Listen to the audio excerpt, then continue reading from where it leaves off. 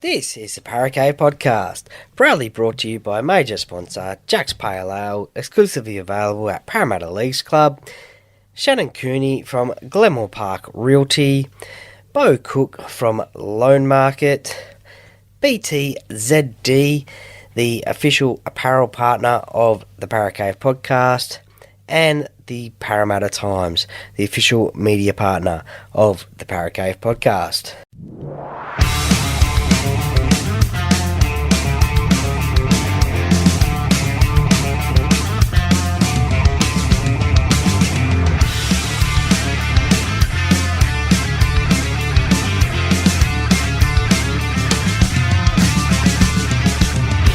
Welcome to another episode of the Paracave Podcast. And now over to your host, Troy Warner, broadcasting live from the world-famous Paracave. And yes, welcome back to the Paracave Podcast. Troy Warner here, and this is the Gameday preview podcast. And this is just a little replay of the chat I had with the guys on the Mad Dragons podcast earlier on during the week. So if you're a Dragons fan, then make sure you follow these guys if you aren't already, which I know you probably are because they're great fellas and a great podcast as well, and a very passionate Dragons fan. So you probably would have already heard this if you are a Dragons fan. You would have heard myself as a special guest as their game day preview person, supporter of the opposition club. So this is just my little excerpt from that podcast. I wasn't on there all night, but just to talk about the Parramatta versus St. George game, which is on today. And after it, I'll give you my little game day preview and my little predictions as well. So I hope you enjoy this one. Fans on Big P, this is on any lines. Round 23. Before I bring in our guest, I'll run through the Parramatta team. We've got Clint the King Gufferson at the back. He gave himself that nickname, you know. Isaac Punter's Eyes Loomy, Will Penniseely, Bailey Simonson, Sean Russell on the other wing. Dylan Brown's back. He's back playing number 6. Mitchell Moses at number 7. In the front row, Joe Hoffingawi, Joey Lussick, Junior Paolo, Ryan Madison and Bryce Cartwright in the second row. Jermaine Hopwood locks the scrum.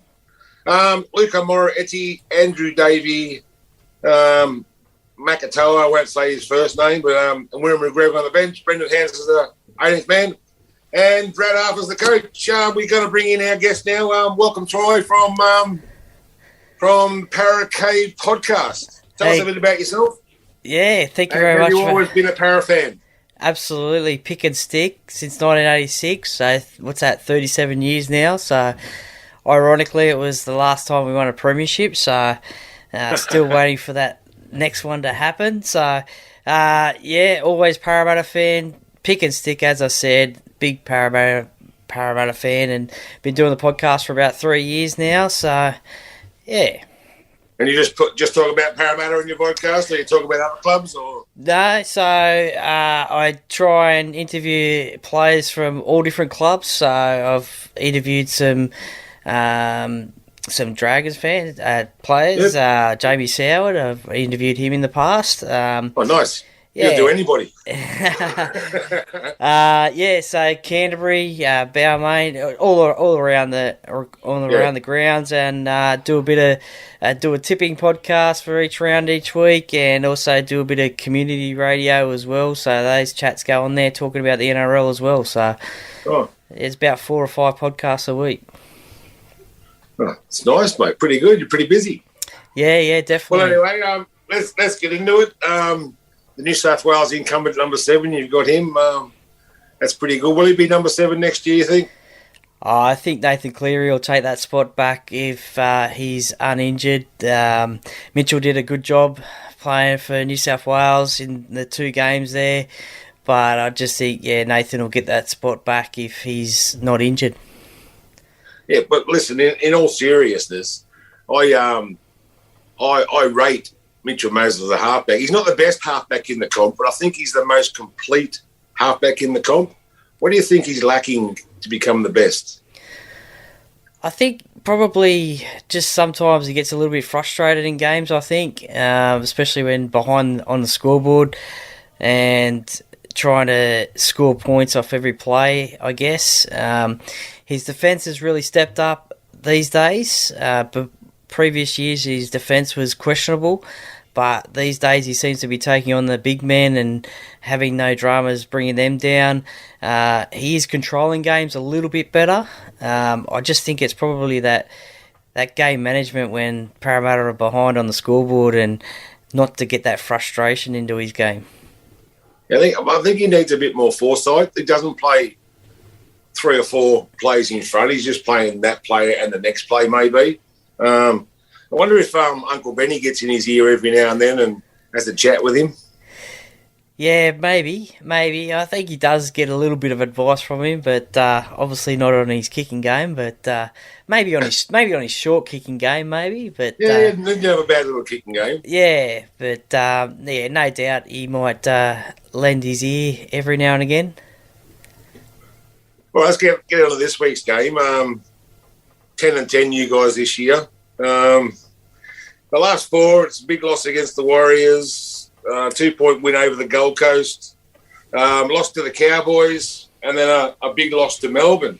It's been a pretty inconsistent season for you guys. How are they going to change that coming into this week? Well, I think they have to, don't they? Because they've slipped from, I think, 7th, 8th down to 11th now. They're even. They've got a bye to come, which will put them even with a few other teams. But they need to win this weekend just to stay in touch with that top 8. So it's a big, crucial game for them. I think, they started off the year pretty rough. They lost a few in a row. And then they had a good period in the middle there. They won, I think, 5 in a row. And then, as you said, just recently they've lost a few games to sides by big margins as well. Yep. Which has been no good because our for and against was quite up there. We do have it's either the first or the second best attacking team in the competition, so we know we have points in it. It's just our defence that we need to work on to stop these teams scoring points. On a plus with that, you haven't been beaten by 50 yet, so they say teams beaten by 50 don't win the comp. So that's it. We've been close. I think last weekend was our closest. I think 46 points. So yeah, we've been close. All right. Apart from Moses, what other strengths are they going to bring on what day is it? Friday they play? Day they play? Sunday, 2:00. Sunday. Yeah, nice. Yeah. Where are they going to attack the Dragons? Oh, look, I think Dylan Brown will be keen to get back out there after 7 weeks off. Be interesting to see how he goes.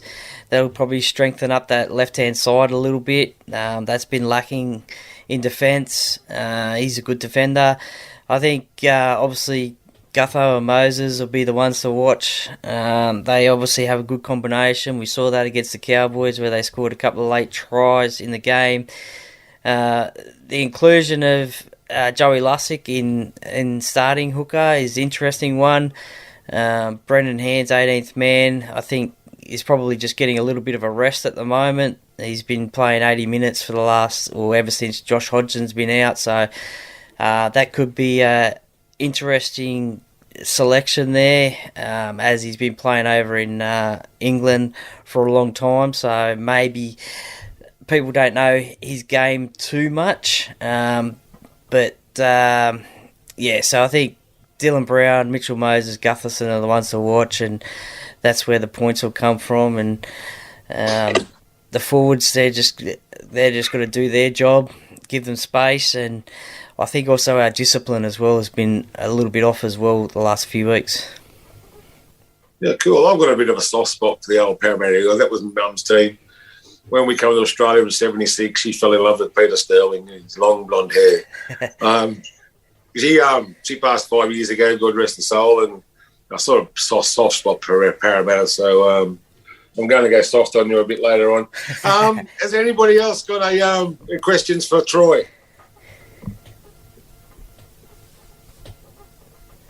Anybody?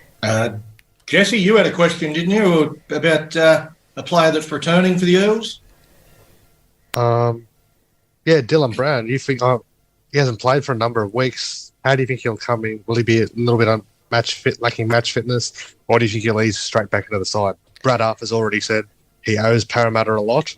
What are your thoughts on his return this weekend? Yeah, definitely. As you just said there, Brad said that he does owe Parramatta being a lot, being out the last 7 weeks, letting down his teammates. But I think in that time he's obviously been trading the house down. I mean, he's had nothing else to do other than can't play. So, yeah, I think he'll just be itching to get back out there and make a difference. I think fitness won't be a problem for him. And, yeah, I think he'll just be itching to get back out there and hopefully play a great game and be like he hasn't been missing for the last 7 weeks. And last Saturday, obviously, we had the Dragons and Eels actually already playing the NRLW. Parramatta's 0-2, and Dragons won pretty convincingly. What did you think of the game? And obviously, you've got two big outs, two former Dragons, and Elsie Albert and Rachel Pearson still out injured. One bloke on this panel has Rachel Pearson as his favourite player, actually. She's been out with a calf strain. And what did you think of the game, and how do you think Para's going in that comp? Yeah, I'm not too sure what it is about calves these days. I mean, we see it all around in soccer and in rugby league and cricket as well. Calf injuries going around, so it's all around. But yeah, definitely two big losses there going into the game, and that's been for the last 2 weeks, and again it'll be for this week as well. Look, Parramatta had a lot of changes at the start of the year. A lot of players left the club. We've got a lot of young players into the side, a lot making their debut. We sort of held the Tigers for a long time in that round 1 clash, and then the Tigers overran us. I think last weekend against the Dragons, I just don't think we started okay, but we just couldn't go with the Dragons, and they just overtook us and ran away with the game and put a pretty convincing score on us. And I think it's going to be difficult for Parramatta this year, just with all those changes. I mean, they pretty much sort of got into the grand final by winning their last couple of games to get into the finals and then get into that grand final. With 4 new teams this year, it's going to be difficult to do that if you start dropping games at the start of the year with only 9 games in the season. So they're going to have to start to try and get these wins early on in the year, and then hopefully they can be there somewhere in that final 4, I think it is. Yeah. Like, obviously, their begins, and when you can get them back, obviously the team will improve. Yeah, definitely. I think they're due back in a couple of weeks, I think, so maybe round 4, so still another couple of weeks away, hopefully next week, but yeah, certainly 2 big outs. Yeah, thanks. Okay, anybody else? Anyone else got a question for Troy, our Parramatta man? Don't be shy, fire away. Hit him hard. Anyway, who's your favourite Parramatta player growing up, and who's your favourite Parramatta player now? Yeah, so 86 it was Sterlo. My first ever Parramatta Eels jersey was a number 7 on the back, so it was Sterlo for a long time there, obviously till 92 when he retired. And then from 92 there was a mixture of players. There was no real certain definite favourite player. There was Scotty Marn, and there was Stewie Galbraith and Danny Krankovic as well, just to name a couple. And then 98, Hindy came on the scene and just pretty much followed his career from start to finish, and he was probably the favourite. It's very hard but to name a favourite player because there's so many that you like over the years. There are, that's right, yeah. We do it on our Dragons pages, and we go back Ricky Walford and Craig Young and Ray Winnell pop up. Yeah, definitely. I mean, you got Semi Radradra and Fui Fui Moi Moi and all that, Oh, Nathan Kalis, Luke Burt. So there's so many, but probably Nathan Highmarsh should probably be right up there as number one. yeah, you go back to the early '80s when they won their three comps there. There were some good players back then. So we're talking about this now. This is the time when I take a walk down memory lane. We think about an old Dragons Parramatta game. This year we played 40 games against each other. Parramatta win 21-17 with 2 draws. We're going to go back to a wet, cold Thursday night. Round 16, 2018, Ref Ben Cummins and Peter Goff in front of a dismal crowd of 6,933. See, Thursday nights don't work at Wollongong. The Dragons opened the score at penalty goal from Gareth Widdop after a Vave leg pull 15 minutes into the game. Dragons 2-0. Here we go.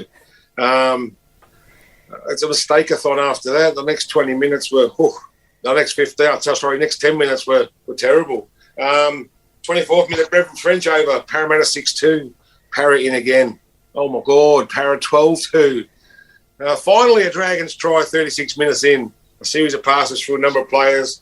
Halfway, Tim Lathwaite skips through a gap and pops a pass to Nana McDonald, who kicks the ball. First to the ball is Widdop. Slide pass to Lathwaite. Lathwaite to Dufty. Dufty in, score 12-8. Parramatta at the break. Parramatta in the first 3 minutes gone in the second stanza. Jared Hayne. Mighty effort from Hayne. Stretches out. Parramatta stretch the lead. 18-8. Stop start. Next 20 minutes, both teams holding the ball in slippery conditions. And 7 to go, Ewan Aiken chases a well-weighted hit from Ben Hunt, our new little general. Aiken gets the ball just before the dead ball line. Dragons within 4, 5 minutes to go. Parra lead, 18-14.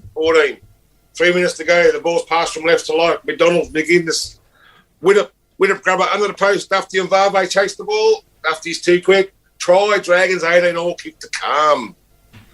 Widdop right in front, steps in. It's just a formality. Strikes the ball straight through. Black dot, 2018, full-time. Dragons win. Parramatta had this game by the Ghoulies. They led by 10 with half an hour to go. They should have had this guy, but the Dragons never say die attitude, got them home. And as you know, as the saying, the classics, Donny, the rest is history. Back to you, mate. Fantastic. I'm sure Troy really enjoyed that little walk down memory lane, mate. Jesse, you've got something, another question you want to add, mate? I just want to ask Troy one more thing before he pops off. There's a lot been spoken about this in the last 24 hours. Melbourne recently celebrated their 25 years, and in their premierships, obviously one of those they celebrated on those strip premierships 2007 and 2009, and obviously Parramatta played Melbourne in the 2009 grand final. As a Parramatta fan, and obviously heartbroken to lose that grand final, did you see as a sign of disrespect that the Melbourne Storm celebrated that premiership? Look, yeah, probably I did, like publicly, and I don't have a problem with the players celebrating it because we all probably know that it wasn't the players who gave themselves the contracts and the speedboats and the caravans and the entertainment equipment and whatever. It was the CEO and general manager and whoever does the contracts. They were the ones doing the book, the 2 sets of books and stuff like that. So whenever in a workplace, you don't know how much I earn, I don't know how much you earn, so they didn't know anything. But the players, they still played in the game. They played in a illegal team, but they still won the game. So I wouldn't have a problem with the players celebrating it, but the club to celebrate it and publicly celebrate it is probably a little bit wrong, I think, because the NRL did strip those titles off them. So they're not publicly known as winning competitions. And I think it was quite, deceitful, I guess, of them doing it against when Parramatta was playing them as well. So it probably maybe not have caused such a furore if Melbourne were playing someone else, but the fact that they were playing Parramatta on that night and one of those competitions that was stripped was 2009 was probably made it worse. So the players, they could have celebrated it behind closed doors, but yeah, the club probably shouldn't have celebrated it publicly, I think. So that's probably what caused the dramas and the uproars from fans, especially. Yeah, 100%. Yeah. All right. Well, Big T asked for questions and there were none. And then all of a sudden we go to say goodbye and people just don't want you to leave, mate, because Hasman's got a question now. We love him so much. Oh, I'm happy to stay if you want me to stay. That's all fine. You won't enjoy our dribble. Hasman? Yeah, not so much a question, just more of a sort of a general comment. Now, Troy, you will remember a player that actually left Parramatta to come to the Dragons back in, I think it was 2018. Kicked a couple of field goals for us and did fuck all else. I'd just like to thank you guys for Corey Norman. Corey Norman, yeah, nah. There you go. That's it. That was one of his sayings, wasn't it? Yeah, nah. Yeah, where's Corey now? I think he's still over in England, I think. But I think he's actually just signed with the London Broncos. Okay, well, see. The last I heard of him, he was hopping a hopawati. I think he could be right there. I think he could be suspended, actually. But, you guys did us a favour by taking him off our hands, and then we promoted Dylan Brown. That's right. Hopefully we can return the favour one of these days and send you a useless bastard that uses up all your salary cap. We did, Daniel Wagon. Daniel Wagon went He's all right. They took Justin Paul from us. They He was a did. state He was origin great front when he row. was with us. Yeah, and then he went to shit with ruined poor Parramatta. Justin Paul. Ruined him. And then Bo Scott's another one. He gave us Ben Custo as well. That's a good one. Yeah, you're welcome. Oh, the memories. Yes. Now you've got Mary McGregor. as your assistant coach. No, he's not there anymore. He's gone. He's gone. He's New South Wales coach, isn't he? Yeah, I think so. I swear he's at Parramatta somewhere. Oh, you got Trent Barrett. Yeah, one of our legends. Trent Barrett, yeah. We could do this all night. We could just name names, and I'm sure people will love it. On.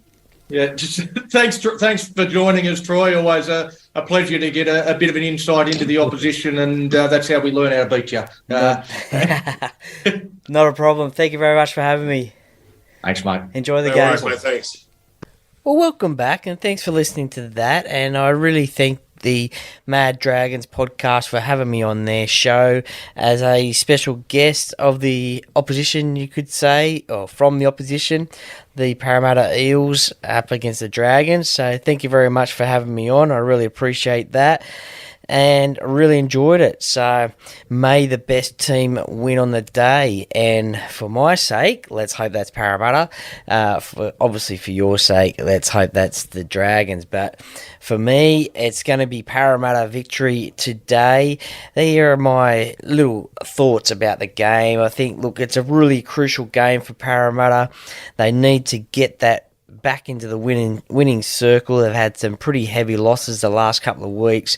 They need to get that win to get that confidence back. They need to get that 2 points to get back into potentially 8th spot on the ladder.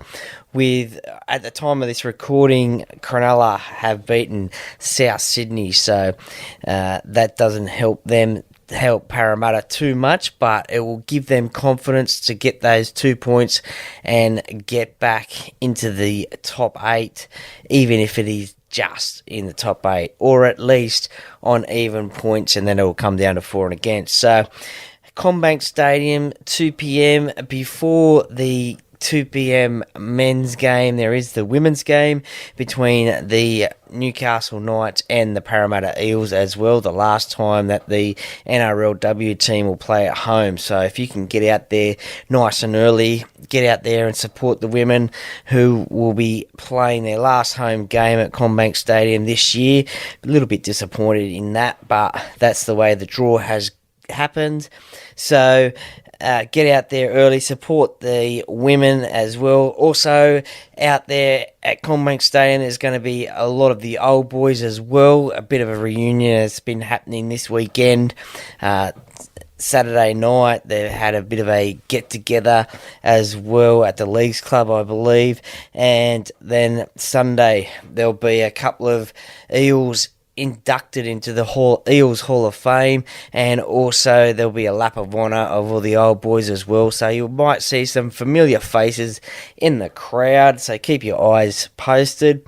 And then the main game between the Eels and the Dragons. So, as I said, crucial game for Parramatta. They need to win. They need to get back in the winner's circle. The Dragons, they haven't had their best of seasons this year. As we know, we have heard that they have had a lot of dramas this year, which probably hasn't transferred on, which has transferred onto the ground, onto the field, and their performances just haven't been there, and they find themselves in second last position on the ladder. So a little bit disappointing for them. Jack DeBellin is out suspended for 4 weeks, I think it is, due to a hip drop tackle. So he is out for the Dragons. And look, the main focus, I think, will be obviously Ben Hunt. He's their best player in that side, and I think he will lead the team around as well. Zach Lomax in the centres, he can always pull off some miracle moves as well, but I think it's going to be Ben Hunt who's going to run this team around. For Parramatta, look, a few changes to that side. Dijon Arcee is out, Offa Hickey Ogden is out, Wonga Blake is out. Now there has been talk that Arthur Miller-Stephen will make his debut on the wing for Parramatta, so that'll be pretty exciting to see. I honestly don't know too much about Arthur, so it would be great to see him get a run in first grade and see what he is like. Obviously the big one for Parramatta is Dylan Brown is back after his 7-week suspension handed down by the NRL for an off-field incident. So he is back. Joe Offahengawi replaces Offa Hickey Ogden in the front row position, whilst RCG is still under suspension. Ryan Madison comes into the second row off the bench. Wiramu Greg is back after a foot injury, which is great to see because he was playing some great footy before he was injured. And Makahesi Makatoa comes onto the interchange bench as well. Brendan Hands is the 18th man in this side. So, look, a few changes there. Something needed to be done. I think Dylan Brown's defence on that left-hand side will be good for Parramatta, as it had been leaking a few points there. So with him there, that will certainly help strengthen that side up a little bit. And look, a few changes have been made. They needed to make a few changes. This, as I keep on saying it, it is a crucial game for Parramatta. Let's get into my score predictions. I think my score prediction will be... Look, I've got a feeling in front of the old boys it's going to be a nice day there at Parramatta. I think Parramatta have the potential to put on a lot of points. I think last time they played at Commbank was last year, so this is the first meeting they've had between the two sides this year, and last time at Commbank, I think it was 48-14, so I've got a feeling it could be around that sort of scoreline again. I think Parramatta can put on the points. I think they'll put on 40 points against the Dragons, and I think the Dragons, they may struggle in this game. So I think they may have scored 10. So there we go. 40 points to 10 is going to be my prediction of a score in the game. As for the first try scorer, well, anyone who knows me likes that I like Will Penasini as a first try scorer. So I'm going to stick with him for a try in this game. The first try in this game, or any time try, but I'm going to go the first try from Will Penasini. It'll be great to see him get a try. He's been playing some great footy this year. And look, a bold prediction. Can I give a bold prediction? Well, I'm going to say Joey Lussick is going to get a try in this game. He might even get a double. There you go, a Joey Lussick double. That's a pretty bold selection there. I think him coming back from England has been a breath of fresh air, especially for Brendan Hands, who finds himself as 18th man. Brendan has been playing a lot of 80-minute games this year, so maybe a little bit of a rest this week. Just in case for the big games ahead, we may see Brendan back on the bench as well. So there you go. Bold prediction. Joey Lussick, 2 tries when he's come back to Parramatta against the Dragons in this game. So there we go. Enjoy the game. If you happen to see me out at Commbank Stadium, come and say g'day. Have a chat, get a picture, whatever you want. Doesn't matter. Come and say hi. I'll be there. No doubt, and I'll be happy to see you guys, the listeners, if you're at Commbank Stadium. If you're not there, then tune in to, I think it's on Fox League. I don't think it's a Channel 9 game, but it'll be on Fox League as well, so tune into that one. Thank you very much, and that was the game day preview between the Parramatta Eels and the St George Illawarra Dragons. Go Para!